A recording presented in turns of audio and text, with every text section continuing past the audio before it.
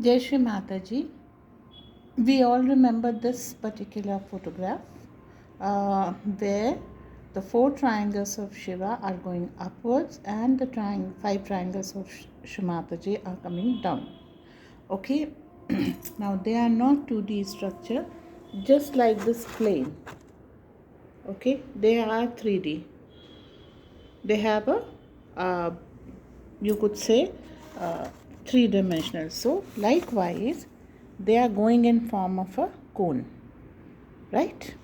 So we have made 2 cones, one of Shiva, one of Shakti.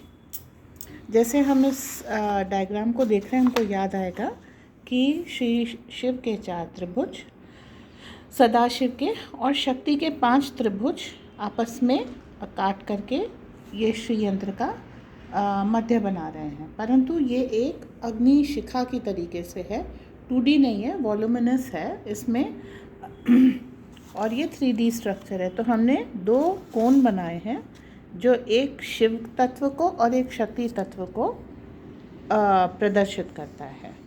This is the Sushumna which is hollow from inside. Okay, so what happen, अगर हम ये सुषुम्ना है जो अंदर से खोखली है, अब होगा क्या, ये जो हम इसे सहस्त्रार मान लेते हैं, इस एंड को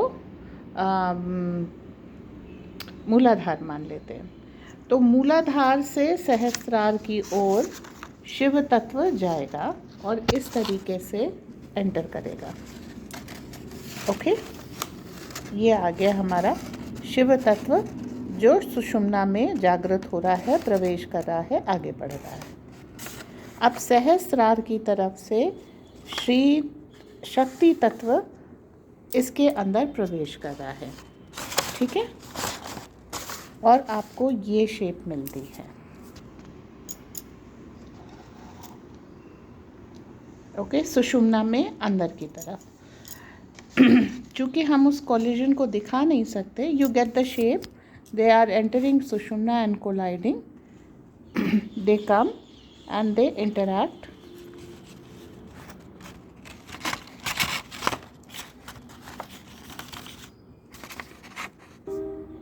and this is how they enter it. Okay, completely merging in each other, और इस तरीके से वो शिव तत्व शक्ति तत्व एक दूसरे को काटते हुए बनाते हैं। अब जब ये इस पॉइंट को काटा जाएगा तो वो कुछ इस त्रिकोण की तरह निकल आएगा। तो जब हम मंत्र लेते हैं ठीक है,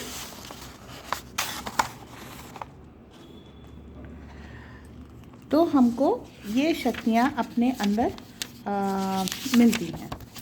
अब ये पहला मंत्र हमने लिया था, the intersection we get the Shri Shiva is entering from bottom and Shakti is entering from coming and intersecting it from top, and this is how the whole structure we get. Okay, kind of forming the shape of Sushumna, but when they intersect the energy flows out forming these triangle. Again, these are not 2D structure, they are 3D structure, solid structure, solid bundle of energies.